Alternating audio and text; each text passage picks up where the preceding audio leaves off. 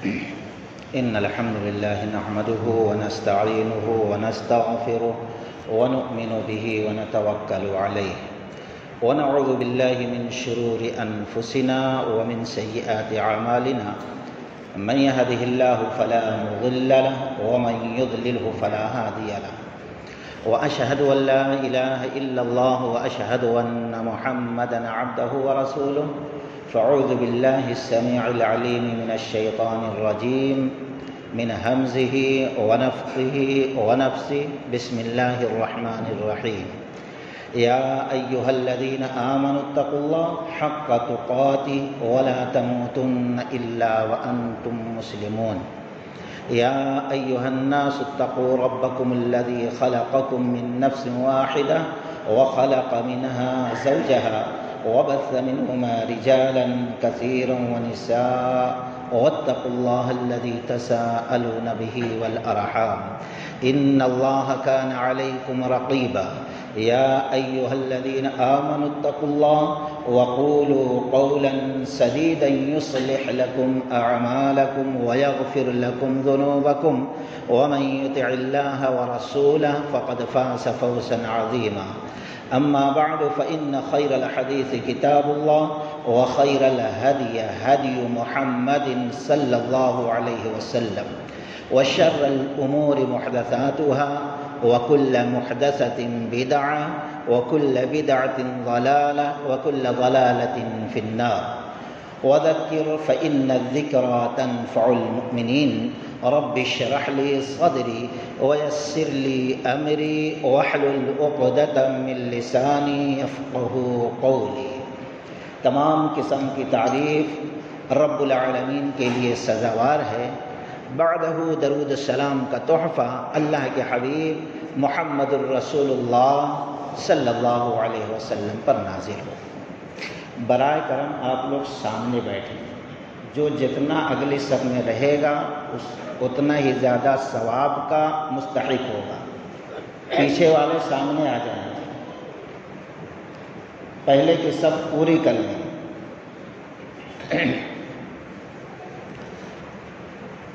رب العالمین کا انتہائی فضل کرم ہے ہم لوگوں پر کہ اللہ تبارک و تعالی نے ہم لوگوں کو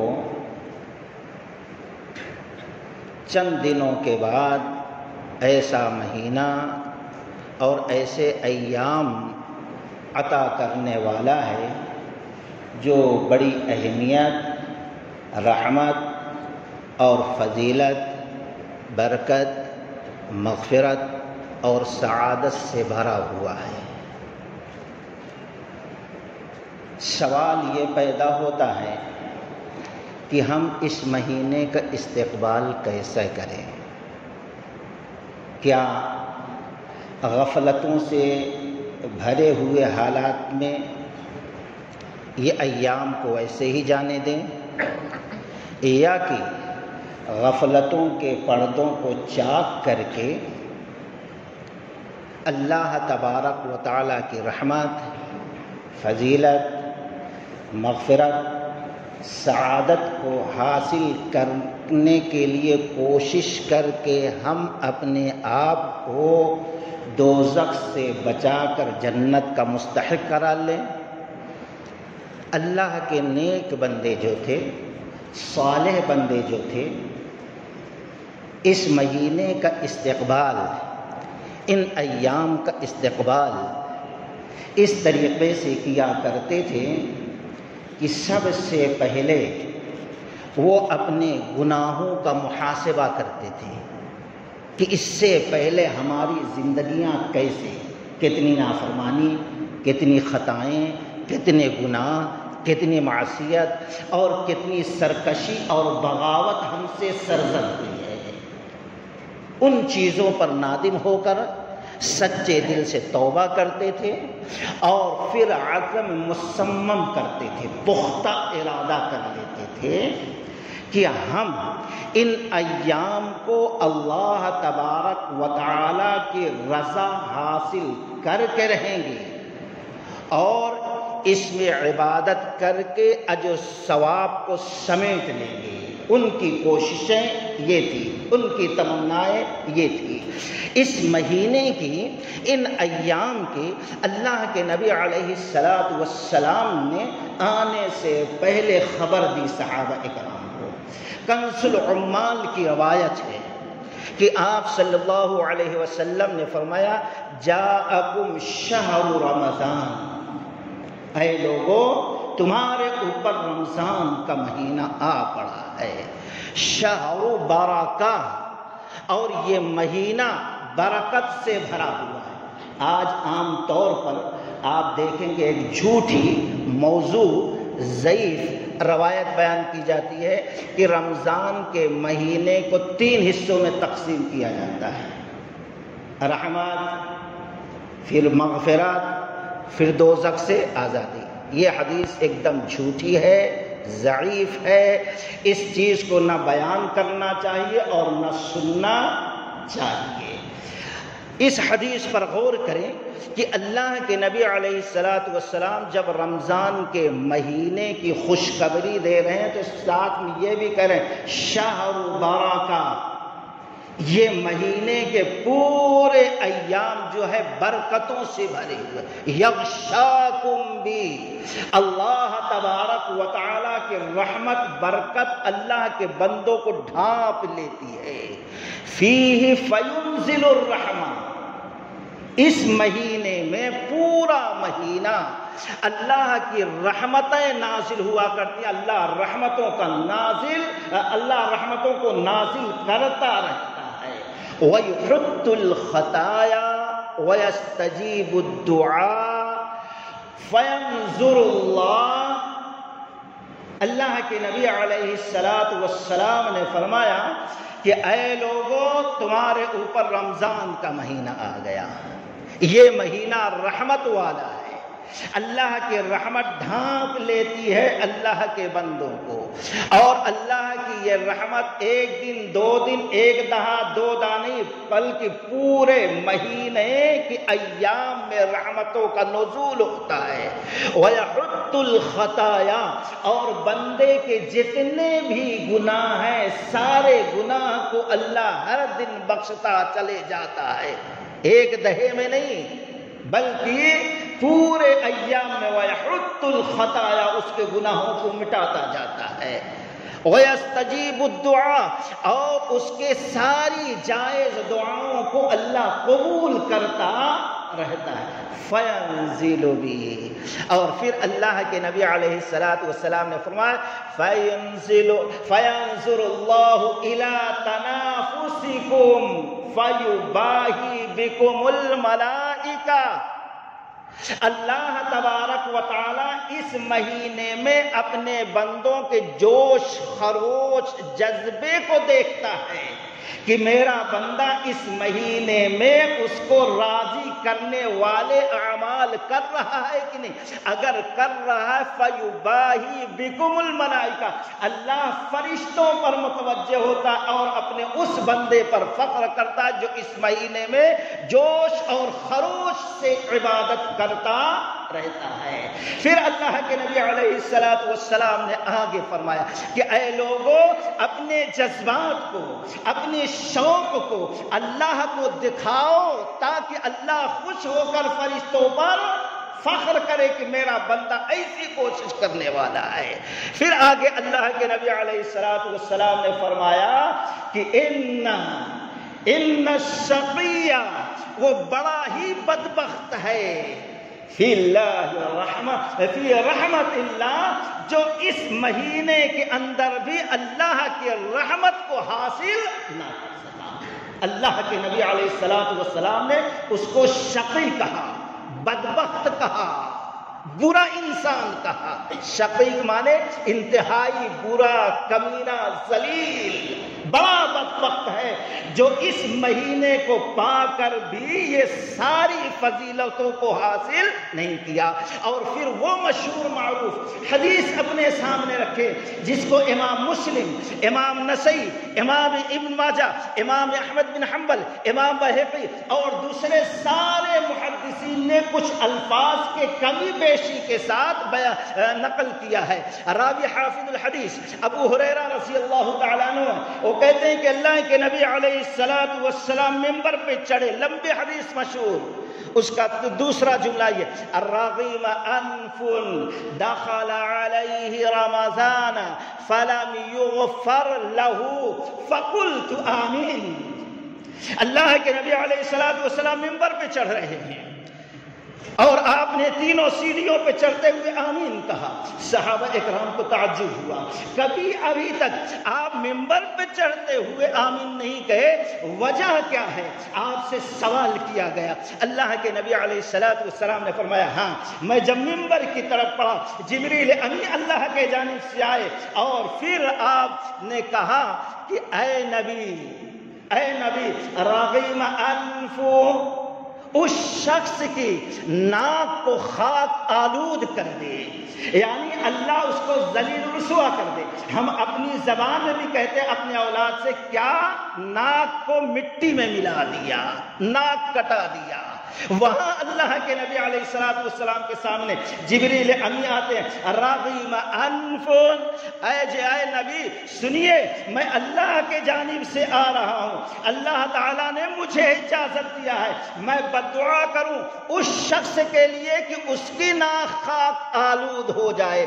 دخل علیہ رمضان، جو رمضان کے مہینے کو پا گیا لیکن فلم یغفر لہ، وہ رمضان کے مہینے کو پا کر بھی توبہ استغفار کر کے اللہ کی عبادت کر کے اپنے گناہوں کو بخشوایا نہیں تو اللہ اس کو ذلیل رسوا کرے۔ اللہ کے نبی کہتے ہیں جبریل امین نے جب یہ بد دعا دی تو میں نے کہا آمین۔ اے جبریل، تمہاری ایسے بد نصیب بدبختوں کے بارے میں اللہ دعا قبول کرے، یعنی اس کو ذلیل رسوا کر دے۔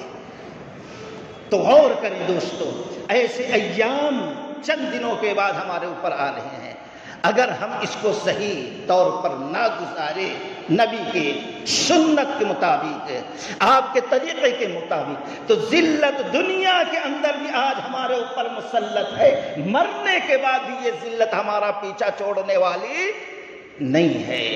تو خیر، بڑے مبارک ایام آ رہے ہیں اور یہ مبارک ایام رمضان کے ہم دیکھتے ہیں دوستو، ہر ایک چیز کا ایک ستون، یہ عمارت ہے، یہ عمارت محفوظ ہے، مضبوط ہے، اس کی کیا گارنٹی ہے؟ آپ یہ ستون پلر کو دیکھیں گے، اگر یہ پلر، یہ ستون مضبوط ہے، مستحکم ہے، ٹھوس ہے، تو آپ لکھ کے دے دیں گے کہ ہاں یہ عمارت محفوظ ہے، اتنے سالوں تک چلے گی، کوئی اس کے نقصان نہیں پہنچے گا۔ لیکن یہ پلر غیر مستحکم ہے، مضبوط نہیں ہے، تو آپ کہہ دیں گے کہ یہ عمارت کی، یہ بلڈنگ کی، یہ محل کی کوئی گارنٹی نہیں، کب گر جائے، کب لوگ ہلاک ہو جائیں، کوئی گارنٹی نہیں۔ اسی طریقے سے اسلام کے بھی ارکان ہیں، اسلام کے بھی ستون ہیں، اسلام کے بھی پلر ہیں، اسلام کے مضبوط کھمبے ہیں، اور اسلام کے ان مضبوط ستونوں میں سے، کھمبوں میں سے، پلروں میں سے ایک اہم پلر رمضان کے روزے ہیں۔ اسلام کی اہم بنیاد ہے دوستو، اہم پلر۔ اگر ہم چاہتے ہیں ہمارا اسلام مرنے تک محفوظ رہے تو اس کے پلر کو مستحکم، مضبوط اور ٹھوس کرنا پڑے گا، اور رب کریم کی مہربانی، اس کے شفقت پر قربان جائیے کہ اللہ تبارک و تعالی نے رمضان کے روزوں کی حفاظت کو ضروری قرار دے کر اللہ کی قسم اپنے بندوں کے پورے اسلام کی حفاظت کا پیغام دیا ہے۔ آپ کہیں گے کس طریقے سے؟ ایک بندہ اللہ کا جب روزہ رکھتا ہے تو زندگی کے جو بنیادی چیزیں ہیں اللہ کے حکم سے ان چیزوں کو ترک کر دیتا ہے۔ کھانا ضروری ہے، اللہ کا حکم ہے تو چھوڑ دیتا ہے۔ جینے کے لیے پانی ضروری ہے، چھوڑ دیتا ہے۔ سکون کے لیے بیوی سے ملنا ہے، چھوڑ دیتا ہے۔ جب ایک بندہ اللہ تبارک و تعالیٰ کے حکم سے زندگی کے بنیادی چیزوں کو چھوڑتا ہے تو گویا اللہ تعالیٰ سے یہ کہتا ہے کہ اے اللہ تبارک و تعالیٰ ہمارے زندگی کے ایک ایک منٹ، ایک ایک لمحہ، ایک ایک دن، ایک ایک ہفتہ، ایک ایک مہینہ، ایک ایک سال نہیں، پوری زندگی جو ہے تیرے حکم کے تابع ہے۔ یہ ہے اسلام کی مضبوطی کا پیغام اس مہینے کے۔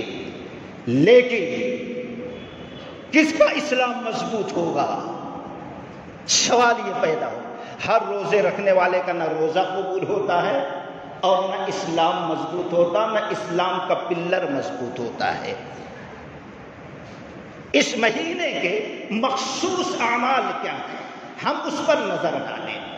سب سے پہلے روزہ ہے، اور روزے کا مقصد ہے کیا بتایا گیا؟ یا ایھا الذین آمنوا کتب علیکم الصیام کما کتب علی الذین من قبلکم لعلکم تتقون۔ ایمان والو، تم پر روزہ فرض ہے، اور کوئی صرف تمہارے اوپر روزہ نہیں، تم سے پہلے لوگوں پر بھی فرض تھا۔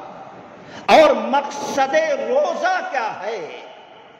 صرف اور صرف ہے لعلکم تتقون، کہ شاید تم پرہیزگار بن جاؤ، شاید تم تقوی حاصل کر لو، شاید تم اپنے دل کے اندر جو اللہ کی نافرمانیاں کر کر کے دل کو کالا کر لیا ہے، دین اسلام کے پلر کو کمزور کر دیا ہے، اس دل کو صاف کر کے اسلام کے پلر کو مضبوط کر سکو۔ لعلکم تتقون، یہ ہے مقصد۔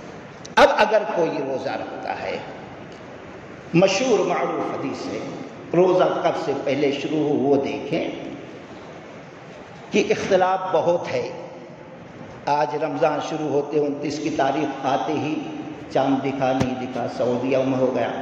کچھ لوگ کہتے ہیں، اللہ کے نبی علیہ الصلوۃ والسلام کی کئی ایک حدیث ہے، مسلم کی ایک روایت، اذا رأیتم الہلال فصوموا واذا رأیتموہ فافطروا فإن غم علیکم۔ اللہ کے نبی علیہ الصلوۃ والسلام نے فرمایا جب چاند دیکھو روزہ رکھ لو، اور چاند دیکھو افطار کرو۔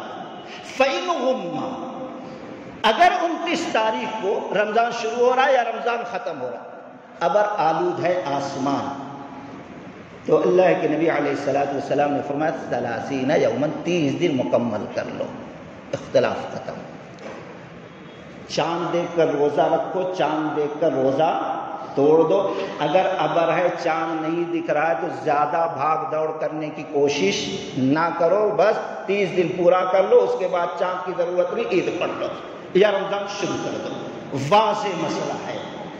اب اس کے بارے میں 5 اختلاف ہے، 5 علماء کا۔ ایک تو یہ ساری دنیا کے مسلمان ایک ساتھ روزہ شروع کرے، ایک ساتھ عید منائے، یہ اتحاد اتفاق، اور بات بھی سمجھ میں آتی ہے۔ ان کی بھی کچھ دلائل ہیں، اور کچھ لوگ کہتے ہیں نہیں، اپنے اپنے ملک کے حساب سے روزہ رکھا جائے اور افطار کیا جائے۔ اور کچھ علماء ایسے ہیں جو کہتے ہیں اپنے مقام کے علماءوں کے تابع اپنے آپ کو کر دو، وہ حالات کے حساب سے کیا فتویٰ دیتے ہیں اس پر عمل کرو۔ اور چوتھا مسئلہ یہ ہے کہ تمہارا جو معاملہ ہے یہ ہے کہ اگر مکہ المکرمہ میں چاند دکھ گیا تو پوری دنیا کے لوگ اس چاند کو مانیں گے، وہاں کے حساب سے روزہ شروع کریں گے، وہاں کے حساب سے۔ ہر ایک کے خیر اپنے اپنے دلائل ہیں، لیکن ہم غور کریں، اللہ کے نبی علیہ الصلاۃ والسلام کی زندگی میں بھی ایک ساتھ دنیا میں ایسا نہیں ہو سکا۔ صحابہ کی زندگی میں بھی اختلاف رہا، تابعین کی زندگی میں بھی اختلاف رہا، اور آج بھی اختلاف ہے۔ تو سعودی کے بڑے اور بڑے علماؤں نے یہ کہا کہ اپنے اپنے ملک کی رویت یعنی چاند کا لوگ اعتبار کر کے روزہ رکھے اور افطار کرے، یہ بہتر ہے۔ گرچہ آج میڈیا، لیکن آج ہم کو وسائل کی ضرورت ہے، رب کو وسائل کی ضرورت نہیں ہے۔ اگر مکہ کا چاند، دنیا کا چاند سب کے لیے ایک ہوتا تو اللہ تبارک و تعالی قادر ہے، وہ انتظام کر سکتا تھا۔ اس لیے ان چھوٹی چھوٹی باتوں میں پڑھ کر بحث مباحثہ کر کے اپنے اوقات کو برباد نہیں کرنا چاہیے، بلکہ رسول اللہ صلی اللہ علیہ وسلم کی جو حدیث ہے، چاند دیکھو روزہ شروع کر، چاند دیکھو افطار کرو، سارے اختلافوں کا یہاں حل ہے۔ اب سوال پیدا یہ ہوتا ہے، پہلا جو اس مہینے کا عمل ہے وہ ہے روزہ، اور روزہ فرض ہے، ہر ایک شخص پر بالغ ہے اور عقل والا ہے، اسلام والا ہے۔ تو اب یہ الگ چیز ہے، سفر میں ہے بعد میں رکھ لے، بیمار ہے، اگر اچھے ہونے کی علامت نہیں ہے اور روزہ نہیں رکھ سکتا تو اس کے لیے یہ حکم ہے کہ ایک دن ایک روزے کے بدلے کسی غریب مسکین کو 2 وقت کے کھانے کا انتظام کر۔ اگر صحت مند ہے، آج بیمار ہے، روزہ نہیں رکھ سکتا، پھر امید ہے بعد میں اچھے ہو جاؤں گا، 1 مہینہ 2 مہینہ 6 مہینہ 7 مہینہ کے بعد، تو اس کو فدیہ دینے کی ضرورت نہیں۔ جب صحت مند ہو جائے تو اپنی صحت کے حساب سے وقتاً فوقتاً 1 روزہ 2 روزہ پورا کر لے۔ صحت مند ہونے کے بعد روزہ نہیں رکھ سکا، مر جاتا ہے، تو اس کے گھر کے وارثوں پر فرض ہوتا ہے کہ وہ اس روزے کی قضا کریں۔ خیر، لعلکم تتقون، رب العالمین نے فرمایا تمہارے اوپر فرض ہے، شاید تقوی اختیار کرو، اور اس کا ثواب کل عمل ابن آدم یضاعف الحسن 10 امثالها، آدم کے جتنے بچے ہیں، بیٹے اور بیٹیاں ہیں، اولاد آدم جو ہے، جو بھی عمل صالح کرتے ہیں، ہر عمل کا کم سے کم اللہ اجر 10 اور بڑھاتے بڑھاتے یضاعف 700 تک لے جاتا ہے۔ لیکن جب رمضان کے روزے کا مسئلہ آ جاتا ہے کہ اب اس کا اجر ثواب کتنا نہیں لکھا جائے گا، 1 روزے کا ثواب 10 روزے کے برابر، یا 100 روزے کے برابر، یا 700 روزے کے برابر، یا 7000 روزے کے برابر، یا 7 لاکھ روزہ رکھنے کے برابر، اللہ کہتا ہے اے فرشتوں چھوڑ دو، میرے اس بندے نے میری رضا کے لیے روزہ رکھا ہے، میں خود اس کا بدلہ ہوں۔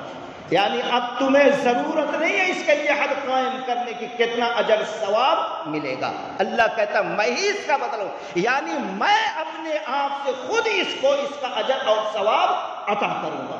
اب کتنا رب عطا کرے گا اللہ تعالیٰ کو معلوم ہے۔ اور پھر روزے دار کو 2 خوشیاں، ایک تو افطار ہے، کچھ لوگ کہتے ہیں افطار کہیں کو روزہ قبول، دعا قبول ہوتی ہے، نہیں، جب سے آپ روزہ شروع کرتے ہیں سورج غروب ہونے تک روزے قبول ہوتے ہیں۔ ہم خالی افطار کے وقت بیٹھ جائیں، بہت سے لوگ باتیں کرتے رہتے ہیں، ایسے کرتے رہتے ہیں، سب بکواس چیز ہے۔ صحیح حدیث صاحب دیکھیں، پیاسا ہے، بھوکا ہے، اب اللہ اجازت دینے والا، خوشی اس لیے ہے۔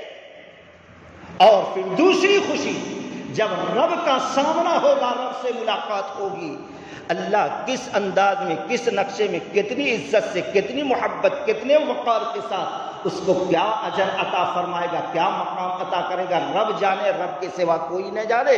اور پھر روزہ رکھنے والے کو اندازہ اسی وقت ہوگا، لیکن یہ ثواب ہر روزہ رکھنے والے کو نہیں ملے گا۔ ہم روزہ رکھ لیں؟ نہیں، روزے کی حفاظت اسلام کے ستون، اسلام کی پلر کی حفاظت ہے دوستو۔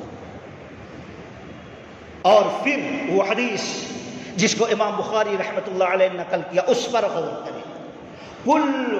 اللہ کے نبی علیہ الصلوۃ والسلام نے فرمایا من لم يدع قول الزور والعمل به والجهل فليس لله حاجة ان يدع طعامه وشرابه، رواه البخاری۔ آپ صلی اللہ علیہ وسلم نے فرمایا جو روزہ رکھے، من لم يدع قول الزور، اور جھوٹ بولنا نہ چھوڑ دے، چاہے ہنسی مذاق میں ہو، چاہے لوگوں کو ہنسانے کے لیے ہو، نہ چھوڑ دے۔ من لم يدع قول الزور والعمل، اور جھوٹی باتوں پر عمل کرنا نہ چھوڑ دے، جھوٹ نہ بولے اور جھوٹ نہ سنے اور نہ جھوٹے معاملات میں وہ شامل اور شریک ساجی ہو، اور نہ جھوٹے مسخرے کی چیزیں سنے اور دیکھے ٹائم پاس کرنے کے لیے۔ افسانے ہیں، کہانیاں ہیں، قصے ہیں، یہ سب جھوٹی چیزیں ہیں۔ ہم سمجھتے ہیں یہ ٹائم پاس، لیکن اللہ کی قسم آپ روزے کو برباد کر رہے ہیں۔ اللہ کے نبی نے فرمایا من لم يدع قول الزور والعمل به والجهل، اور جہالت نہ چھوڑ دے۔ ایک ہوتا ہے جاہل، بھئی ہم ان پڑھ ہیں، جاہل ہیں،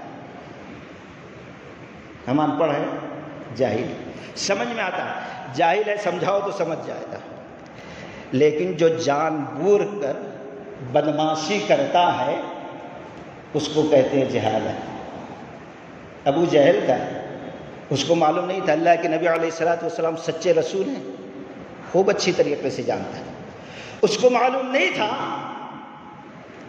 کہ اللہ تعالیٰ ڈائریکٹ دعائیں قبول کرتا ہے، اللہ کی قسم معلوم تھا۔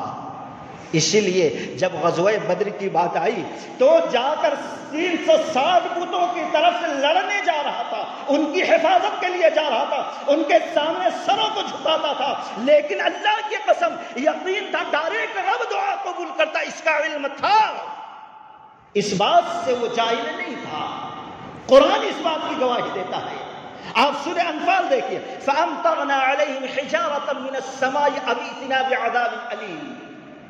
اے اللہ، ہم میں جو رشتوں کو توڑنے والا ہے یہ محمد بن عبداللہ ہے یا ہم ہیں، اگر یہ سچے رسول ہیں تو فَأَمْطَرْنَا عَلَيْهِمْ حِجَارَةً، ہمارے اوپر آسمان سے پتھروں کی بارش کر دے، یا کسی عذاب کے اندر۔ چھوڑ دیا کعبۃ اللہ، 360 بتوں کو چھوڑ دیا ڈائریکٹ، یقین تھا رب اس کی دعا، یقین تھا۔ اور دنیا کے حساب سے آج جیسے ہم کہتے ہیں بھئی اگر ان کے اس رسم میں شریک نہیں ہوں گے، برتھ ڈے بچے کا تو رشتہ ٹوٹ جائے گا، وہ بولتے ہیں رشتہ، یہ وہاں بھی انہیں کیا سمجھتا تھا، یہ جاہلوں کا، یہ مشرکوں کے، یہ کافروں کے ہم ساتھ ہیں تو رشتہ جوڑ رہے ہیں۔ محمد رسول اللہ صلی اللہ علیہ وسلم سچ بول کر، اللہ کی توحید کی دعوت دے کر یہ رشتوں کو توڑ رہے ہیں، ظالم کے نعوذ باللہ، اور میں حق پر ہوں، یہ سوچتا تھا۔ سوچو آج ہمارے اندر کس کی صفت ہے، جاہلوں کی ہے، مشرکوں کی ہے، یا مومنوں کی، رسول اللہ صلی اللہ علیہ وسلم کی؟ یہ سوچ کر وہ دعا کیا اور اللہ نے اس کی دعا رائے گا نہیں کیا، اور گیا غزوہ بدر میں اور ذلیل ہو کر اس کو قتل ہونا پڑا، مر گیا، اللہ نے اس کی دعا قبول کر لی۔ تو وہ ہے جہالت، جان بوجھ کر بدمعاشی پہ اڑ گیا، ضد پر اڑ گیا، اپنے غلطیوں پہ اڑ گیا اور غلط کرنے والوں کا ساتھ دیا، سپورٹ کیا، یہ ہے جہالت۔ اور جو بدبخت جہالت پہ آ جائے وہ سدھرنے والا نہیں ہے۔ اللہ کے نبی علیہ الصلوۃ والسلام والجہل، جھوٹ چھوڑ دے، جھوٹی باتوں پر عمل کرنا چھوڑ دے، اور پھر جہالت بھی چھوڑ دے، نہ جاہلوں کا عمل کرے، نہ جہالت کی بات کرے، نہ جاہلوں کا ساتھ دے، نہ اس میں شریک ہو۔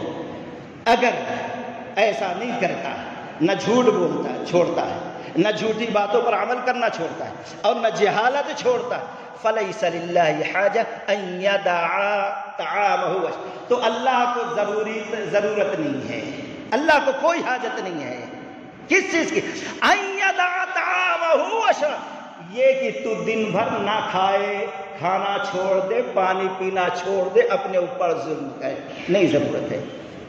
گویا جو یہ چیزیں نہیں چھوڑتے ان کا روزہ اللہ قبول نہیں کرے گا، اس کا کوئی ثواب نہیں ہے، اس کا کوئی اجر نہیں ہے، اس کی کوئی فضیلت نہیں ہے، اس کی کوئی بخشش نہیں، کیونکہ اللہ کے نبی نے واضح طور پر کہہ دیا کہ اللہ کو حاجت نہیں، اللہ خود کہتا ہے فَلَيْسَ لِلَّهِ حَاجَةٌ أَن يَدَعَ طَعَامَهُ، تیرے روزے کی ضرورت نہیں ہے کہ تو کھانا پینا چھوڑ دے۔ جب یہ اہم چیزیں نہیں چھوڑا تو پھر کھانے پینے سے رک جانے کا نام روزہ نہیں ہے، بلکہ غلط نہ سنے، نہ بولے، نہ کرے، نہ دیکھے۔ آنکھ کا بھی روزہ، کان کا بھی روزہ، منہ کا بھی روزہ ہے، ہاتھ کا بھی روزہ ہے، پیر کا بھی روزہ ہے، وقت کا بھی روزہ ہے۔ جب تک ان چیزوں کو ہم نہ اللہ کے تابع کریں، کھانے پینے کی طرح جیسا چھوڑ دیے ہیں اس طریقے سے ان چیزوں کو نہ چھوڑے تو ہمارا روزہ ہمارے لیے ذریعہ نجات، ذریعہ اجر، ثواب نہیں بن سکتا۔ اس لیے دوسری روایت آپ صلی اللہ علیہ وسلم نے فرمایا، بخاری کی روایت، حافظ الحدیث ابو ہریرہ رضی اللہ تعالیٰ عنہ، من صام رمضان ایمانا واحتسابا غفر له ما تقدم من ذنبه، جو شخص رمضان کا روزہ رکھتا ایمان کے ساتھ اور ثواب کی امید، نیت، اور ثواب کب ملے گا؟ اس حدیث کے اندر اللہ کے نبی علیہ السلام نے واضح طور پر بیان کر دیا ہے، جو صحیح طور پر ایمان کے ساتھ روزہ رکھے گا اور جس کو حقیقت میں ثواب کی نیت ہوگی، وہ پچھلی حدیث پر عمل کرنے کی کوشش کرے گا۔ اگر کوئی شخص ایمانا و احتسابا غفر له ما تقدم من ذنبه، ایمان اور ثواب کی نیت کے ساتھ ہے، اپنے روزے کو رکھتا ہے اور روزے کی حفاظت کرتا ہے، غفر له ما تقدم من ذنبه، اس سے پہلے جو اس نے نافرمانیاں کی تھی، جو گناہ، جو معصیت ہوئی تھی، اللہ تعالیٰ روزے کی برکت سے اس کے سارے گناہ کو بخش دے گا۔ یہ مقام اللہ عطا کرتا ہے۔ تو پہلا عمل دوستو، لعلکم تتقون، رمضان اور رمضان کا روزہ، رمضان کے روزے کی حفاظت اگر ہم کرتے ہیں تو گویا پورے اسلام کی حفاظت کر رہے ہیں اور اپنی اسلام کو، اپنی بنیاد کو ہم مضبوط کر رہے ہیں۔ اور دوسرا جو عمل ہے اس کے بعد وہ ہے قیام کا۔ اب یہ قیام جس کو ہم تہجد کہتے ہیں، تراویح کہتے ہیں، نفل کہتے ہیں، کچھ بھی کہہ لیں، ایک ہی ہے۔ اس کا وقت کب سے ہے؟ اللہ کے رسول صلی اللہ علیہ وسلم کے بارے میں عائشہ رضی اللہ تعالی عنہ کہتی ہیں کہ الی صلاۃ العشاء، من صلاۃ العشاء الی الفجر، عشاء کی نماز سے اللہ کے نبی علیہ السلام پڑھتے تھے الی الفجر، فجر تک۔ اب درمیان میں گویا جب بھی آپ عشاء کا وقت ہو رہا ہے نماز پڑھ لیے، اس کے بعد تہجد کا وقت، تراویح کا وقت، قیام اللیل، صلاۃ اللیل کا وقت شروع ہوتا ہے اور وقت رہتا ہے فجر تک۔ اول وقت میں بھی نبی پڑھے، درمیان وقت میں بھی پڑھے، آخر وقت میں بھی پڑھے، لیکن افضل اور بہتر جو ہے وہ ہے رات کا تہائی حصہ، یہ افضل بہتر ہے۔ اللہ تعالیٰ نے فرمایا والذین یبیتون لربہم سجدا وقیاما، اللہ کے الرحمن کے جو بندے ہیں ان کے اوصاف اللہ سورہ فرقان میں گناتے ہوئے ایک اہم صفت گنایا، جب کائنات کے لوگ سوتے ہیں۔ ظاہر بات ہے کائنات کے لوگ 9-10 بجے تو نہیں سوتے، خاص کر کے حیدرآباد بڑے بڑے شہروں میں ان کا سونا کب شروع ہوتا ہے؟ 3 بجے 4 بجے، یہی سونا ہوتا ہے۔ قرآن جو بیان کرتا ہے والذین یبیتون لربہم سجدا وقیاما، اور دوسرے مقام پر اللہ تبارک و تعالیٰ نے فرمایا تتجافى جنوبهم عن المضاجع يدعون ربهم، اپنے بستروں سے جب لوگ اپنے بستروں پہ آرام کرتے رہتے ہیں، بستروں پہ سونے کے لیے جاتے ہیں، میٹھی نیند سوتے رہتے ہیں، ایسے وقت میں جو رحمان کا حقیقی بندہ ہے اس کی صفت یہ ہے نرم گداز بستر کو چھوڑتا ہے، یبیتون لربہم سجدا وقیاما، قیام رکوع اور سجود کرتے ہوئے گزارتا ہے۔ سارے نبیوں کی سنت ہے دوستو، سال کے 12 مہینے پڑھتے تھے، صحابہ اکرام بھی پڑھے، ہمارے اسلاف بھی پڑھا کرتے تھے، لیکن خاص طور پر تہجد تراویح کی اہمیت جو ہے بڑھ جاتی ہے رمضان کے مہینے میں، رمضان کے مہینے میں اس کی اہمیت بڑھ جاتی ہے، ورنہ ہمیشہ ہمارے اسلاف اور علماء کے اوصاف اللہ نے اہل علم کے اوصاف بیان کرتے ہوئے فرمایا کہ وہ راتوں کو جگتے ہیں، قیام کرتے ہیں اور دعا کرتے ہیں۔ هل يستوي الأعمى والبصير، اب کیا اندھا اور دیکھنے والا برابر ہو سکتا ہے؟ وہاں قیام کے بعد یہ کہا، گویا اہل علم کے لیے یہ ہے کہ وہ پڑھے اس نماز کو، یبیتون لربہم سجدا وقیاما۔ یہ الگ چیز ہے، یہ افضل ہے آخری رات۔ اللہ کے نبی علیہ الصلوۃ والسلام ہر حصے میں پڑھے، لیکن خاص کر کے آخر وقت میں زیادہ پڑھے۔ عمر رضی اللہ عنہ، لوگوں کو تکلیف نہ ہو جماعت کے ساتھ مسجد نبی میں ابی بن کعب رضی اللہ عنہ کہا پڑھاؤ، لیکن آپ خود نہیں پڑھتے تھے، کہتے تھے کاش ان لوگوں کو معلوم ہو جائے یہ نماز کب بہتر ہے آخر۔ کیوں؟ تہائی حصے میں مسلم کی روایت مشہور، اللہ تعالیٰ سمائے دنیا پہ آ جاتا ہے عرش سے، یہاں اپنے بندوں سے قریب آتا ہے اور پھر آ کے کہتا ہے من یدعونی فاستجیب لہ۔ کتنے پیار ہوگا اللہ کو اپنے بندوں سے، کتنا قریب ہوگا اللہ اپنے بندوں سے، یہاں سمائے دنیا پہ آتا ہے اور کہتا ہے من یدعونی، کون میرا بندہ ہے مجھ سے مانگے اور اس کے مانگنے پر فاستجیب لہ، میں جواب کے طور پر اس کی مانگ کو پورا کر دوں۔ بڑے پیارے انداز میں سوال اللہ اعلان کراتا ہے، اور پھر من یسألنی، کون میرا بندہ پریشان ہے، کس کو کیا تکلیف ہے، کس پر کون ظلم کر رہا ہے، کون بیمار ہے، کون پریشان ہے، کون حیران ہے، من یسألنی، مجھ سے سوال کرے اور میں اس کی دعا قبول کروں گا، اس کی پریشانی دور کروں گا۔ من یغفرنی، کون ایسا بندہ ہے آج سے پہلے، ابھی سے پہلے گناہوں میں لطف تھا، میری نافرمانیاں کرتا تھا، شیطان کے نقش قدم پر چلتے ہوئے اس کی زندگی گزری، اب آ جائے مجھ سے اپنے گناہوں کی مغفرت طلب کرے۔ اگر اس نے گناہ کیا ہے زمین سے لے کے آسمان تک اور شرک نہیں کر رہا ہے تو ہم اس کے سارے گناہوں کو اس سے دور کر دیں گے۔ اللہ کی جانب سے یہ اعلان ہوتا ہے، اس لیے یہ وقت تہجد کے لیے، دعا کے لیے، عبادت کے لیے، اللہ تعالیٰ سے مانگنے کے لیے سب سے افضل اور سب سے بہتر وقت ہے دوستو۔ تو قیام بھی ہے دوستو، اور بہت سارے اعمال ہیں، پھر انشاءاللہ دوسرے جمعے میں تفصیل آئے گی۔ اللہ تعالیٰ سے دعا کریں کہ اللہ تبارک و تعالیٰ صحیح معنوں میں اس ماہ مبارک کا استقبال کرنے کی توفیق دے اور وہ اعمال کرنے کی توفیق دے جن سے اللہ راضی ہو جاتا ہے۔ وآخر دعوانا ان الحمدللہ رب العالمین۔ الحمدللہ وحدہ والصلاة والسلام علی من لا نبی بعدہ۔ ان اللہ وملائکتہ یصلون علی النبی یا ایھا الذین آمنوا صلوا علیہ وسلموا تسلیما۔ اللهم صل علی محمد وعلى آل محمد كما صليت على إبراهيم وعلى آل إبراهيم إنك حميد مجيد۔ اللهم بارك على محمد وعلى آل محمد كما باركت على إبراهيم وعلى آل إبراهيم إنك حميد مجيد۔